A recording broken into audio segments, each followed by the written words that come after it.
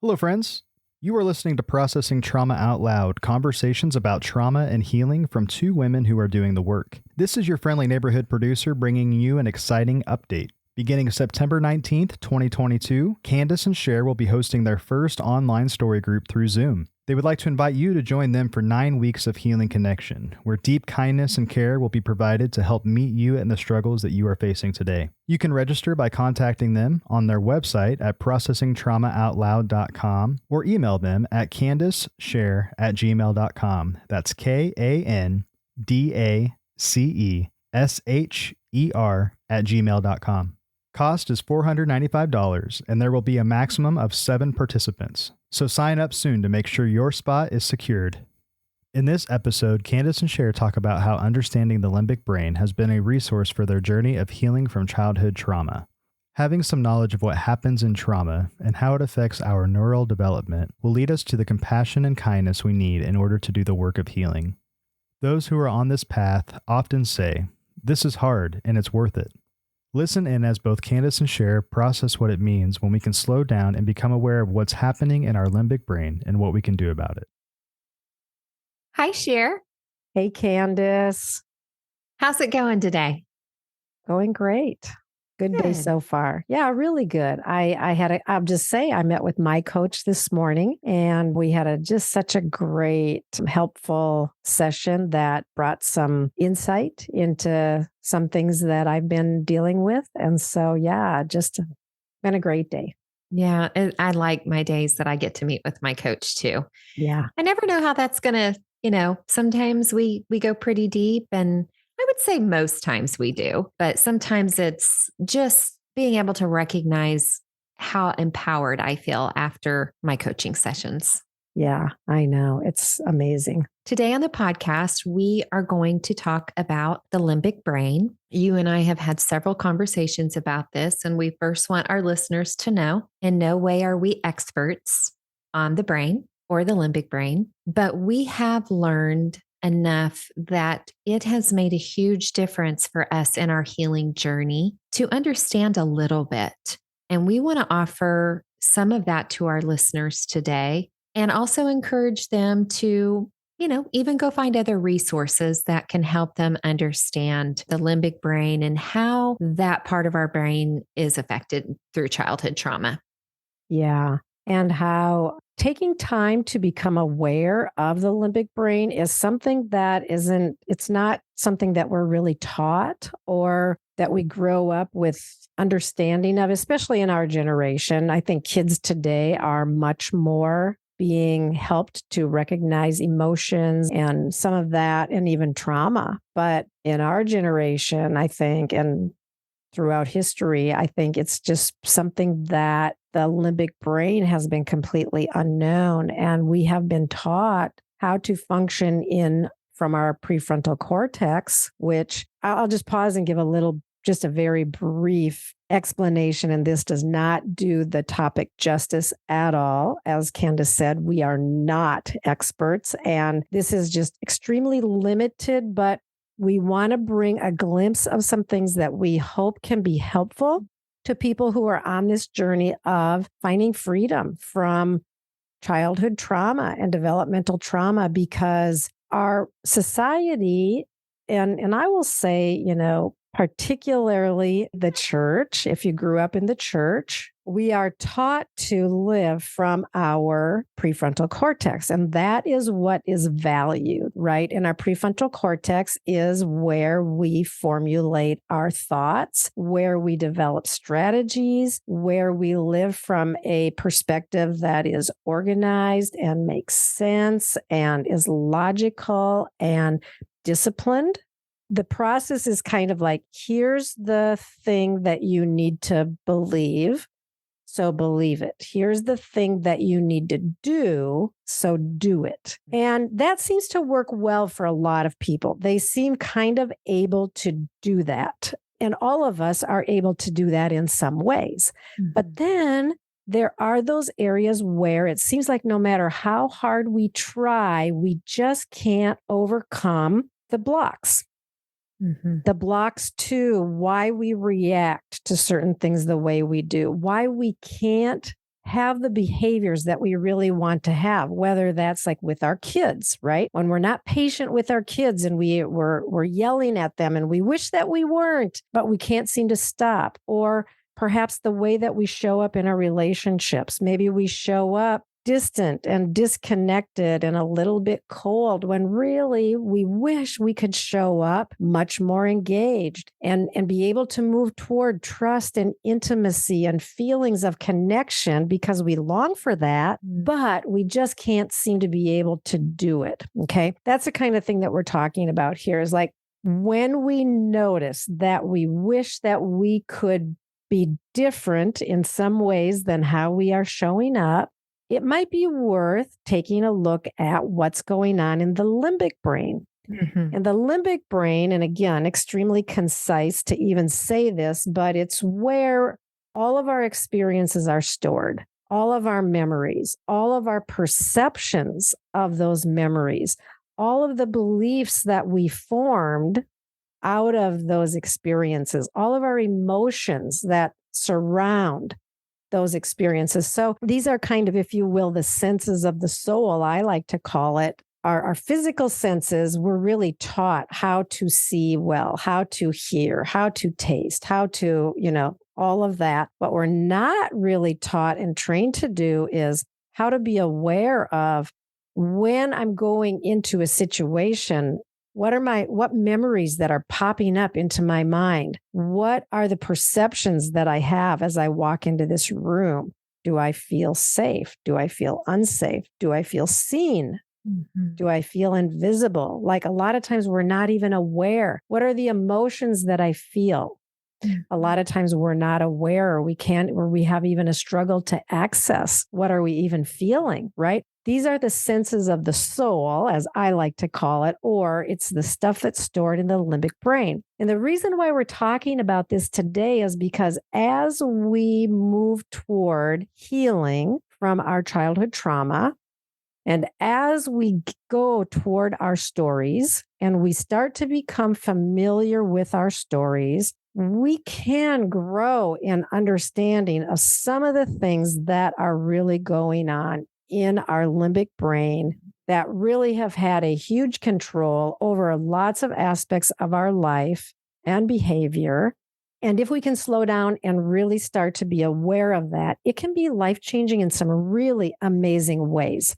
I'll take a breath, Candace. No, that was so good and very, very clear. So I appreciate just the way you explained that. And, we've had several conversations and, that even helped me again. But I think of this idea of having those unconscious drivers that are coming out of our limbic brain. Yeah. And if we don't have some sense of what that means and what that does and why, we will get stuck in patterns that bring shame, bring confusion, bring ambivalence. And this is why we slow down and take the time to understand what's going on in that aspect of our body. Yeah. Because at the end of the day, like we want to be helped, we want to be healed, but we also want to help others find the help that they need and experience in the healing and freedom they're longing for. Yeah. Many times we have people that have, quote, done all the right things. They've said all the right things. But then when they still struggle so deeply, they're either going to reach out and get the help they need because they just can't take it anymore. Or they will go into hiding and they will go into isolation. Yeah. And they will go deeper into shame because I'm showing up at Bible study.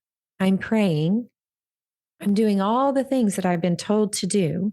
And how could I still be struggling in the way that I'm struggling? And we're saying there's a reason. Yeah. And when we don't uncover the reason, we move toward contempt.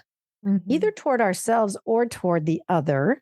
And a part of that contempt includes judgment and condemnation. And so when we don't understand the why, it's very easy to move toward condemning either myself for how I don't measure up or condemn others for how they're not measuring up. Mm-hmm. Yeah. And if we're in that place of condemnation, we're not in the place of compassion, which is really ultimately where we all desperately want to be. We want to be compassionate and we want to feel the love and compassion of others too. And this is why we do story work. That's right. Because until we know the stories, we don't understand why. Yeah. And telling those stories to someone else who can help us see the things that we weren't able to see as the child in that story. That's why, we say one of the things that has changed us, initially we kind of had to slow down is those times that we've heard the person listening say, of course, you would struggle with this or feel this or think this. Yeah. And those simple 2 words, of course, as you and I both know, helped us and has helped many other people that we know and work with in this realm. Yeah. Yes. I love that. When we talk about struggles, we want to really identify this thing that we call the window of tolerance and this spectrum of dysregulation, because our struggle is all about how are we being dysregulated? And do you want to just talk a little bit about arousal? And when we talk about arousal, we're not specifically talking about sexual arousal. We are talking about energy. Mm-hmm. Energy that goes high or energy that goes lower. And so, do you want to just talk a little bit about the spectrum? Yeah, the spectrum, if you're looking at it on a scale from 1 to 10, you have 10 would be hyper arousal, the most hyper aroused. Mm-hmm. And that's when you're going to see things like high panic and anxiety and high energy. I like to call it in my own story, powering up. And then you have 1 that would be at the lowest of hypoarousal, which is going to be low energy, shutting down, extreme disassociation. And so the window of tolerance is going to be between the numbers 4 and 7. And in that space, really, it's the space of what we call more integration, because you are calm, you're regulated, you have a flow of your prefrontal cortex and your limbic brain really kind of dancing together in a way that you actually feel pretty safe. Yeah. And now the growth edge, when we're dealing with trauma, is just a little bit outside of our window of tolerance to where we can start to notice and slow down and really get into what choices that we still feel like we have that we're not being driven by. But if we get too high or too low, the limbic brain takes over. And that's when we get into those things of, why do I keep doing what I don't want to do, or keep saying those things, or keep thinking those things? We're outside of our window of tolerance either way in that space. Yeah. And the reason why we're outside of the window of tolerance will come either we've been triggered by something that happened in a relationship or we saw on a movie or whatever, but we've been triggered. It also can just be innately like all of a sudden a memory pops up or a smell or something happens that then triggers our limbic brain and triggers those senses of the soul in some way that then causes us to get dysregulated. Mm-hmm. And the reason why understanding this window of tolerance is so helpful is that if I go toward the edge now, I have the awareness to say, ooh, I'm really dysregulated. Like I can name it almost always, where I can say, oh, I'm really dysregulated right now. And then I can ask for help, or I even have some of my own tools that I can implement that can help me come down. Because when we're at the extremes, the 1, the 2, the 9, the 10, we cannot heal. Even when we do story work, we want to stay right on the edge. We want to bring stories and deal with stories that are not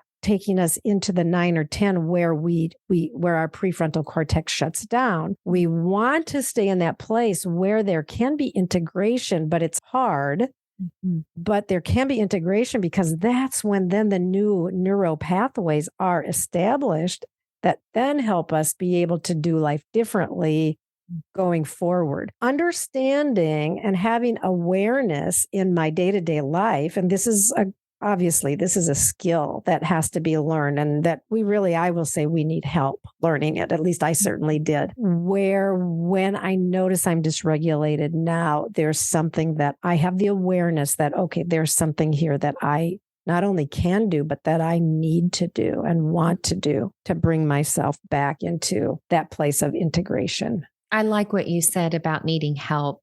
Sometimes we want to just be able to do things on our own, right? And the truth is that we are able to eventually. Yeah. I don't know really anyone, including myself, that could do this on my own in the beginning. Yeah. I didn't even know what my dysregulation looked like until I had really good eyes and ears, and more than anything, just such a compassionate response when they would see me becoming dysregulated. What a gift to have that. Yeah. And just coming back to that aspect of self-contempt, which, is only one thing, but I mean, when we don't have others bringing their eyes and their care, we will tend to meet ourselves with self-contempt. This is the result of trauma. We condemn ourselves in that moment, and that has allowed us to survive, but it doesn't allow us to heal. There have been so many times that I remember sharing some aspect of my story or my journey or what I'm struggling with, and I will turn towards self-contempt and how it will just stop me in my tracks if somebody names that and says, "Ooh, Cher, I just sense that you're being really hard on yourself right now." I didn't even notice it myself until it was named by somebody else who could bring a different perspective into my perspective that was completely clouded by the trauma. Yeah. Yeah. That's so good, because when we do find someone that is not agreeing with our shame and our self-contempt, Yeah. I remember when my story coach early on, she would say, I really can't come into agreement with that. Yeah. And it would be, some comment that I made towards myself that involves shame or contempt. And man, it took me a while to really sink into how often I did that. Yeah. And so, what a gift to have someone challenge me in the ways that I was drowning in shame and self-contempt. Yeah.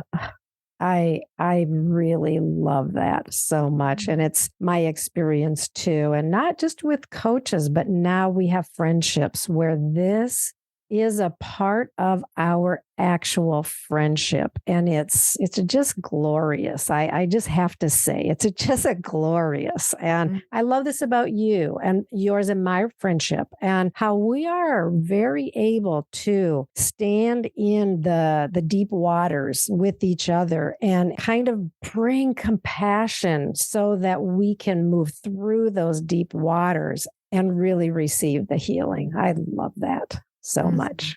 What you're saying is this place where people are hungering for something different. Like there's a cry, there's a question of their heart. Is there a better way? Is there a better path? Is there a different way to do this? And we say, yes, there is. Yeah. Is it possible? Yes, it is possible. Yeah. Yep. Love it. So let's just take the last few minutes talking about what are tools that we use that we have found effective. These aren't just hypothetical, but we use these tools when we recognize that we are dysregulated and we become aware and we want to come back into the window of tolerance. What are a couple of things that you use regularly that you have found really helpful for you? And I'll just say that as a whole, Candace tends to move toward the hyper end of the spectrum. I tend to move toward the hypo end of the spectrum. So I think that might make a difference also in what we find helpful. Mm-hmm. Well, you know my tools, but our listeners may not. So Yeah. Yep. For me, I discovered that when I move my body, my internal struggle and dysregulation begins to calm down. So I found that running is a very good thing for me if I'm getting, really hyper aroused. But also it could be just those moments of, okay, I feel my heart rate going up. I know that pit in my stomach, and I've named this before on the podcast. It is the fear of abandonment. Mhm. That feeling will dysregulate me, but now I'm able to breathe. I'm able to say things to myself that feel more true now. And if I can't do that on my own, maybe I even have gone for a run. Somebody's phone's going to be ringing. Yeah. Yeah. Reaching out for help. Yeah, Yeah. because trauma in itself is isolation, Mhm. right? And Yeah. so there's just times I need to come out of that with someone. Mhm. Absolutely. And me too. And probably all of us, if we're honest. Yeah. We can't do it alone. What about you? Yeah, I think for me, I tend to move towards shutdown or even dissociation. So for me, it's grounding, meaning bringing my awareness back to the room and connecting to my body. So it's very much, okay, I see the sun is shining. Oh, there's a tree out there. I feel the floor underneath my feet. And a lot of times I'll tap my feet on the floor or I'll sway a little bit, just to very gently bring myself back, because I will feel often like I'm like literally floating away. And I've used those words many times. I just feel like I'm floating away. So just very gently coming back. And then